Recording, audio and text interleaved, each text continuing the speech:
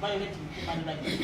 Madam You will Chair, not speak any further about you that. yourself, Madam Chair, I will came ask out you to and leave. mocked the victims To leave of the missing people and I'm this hereby active, Madam Chair. directing you to leave. And I hereby withdraw my complaint to this commission because this commission lacks the impartiality, it lacks the independence I'm to hear directing you. this Where is case, security? Madam Chair.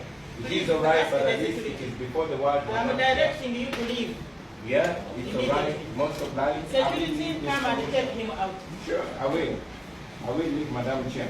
But it's clear that I've withdrawn my statement because clearly you are impartial and you lack the independence to handle this. This commission is on a test Can you evict to this decide man from whether here? it is serving the people of Uganda or serving the interests of General Museveni and his military regime.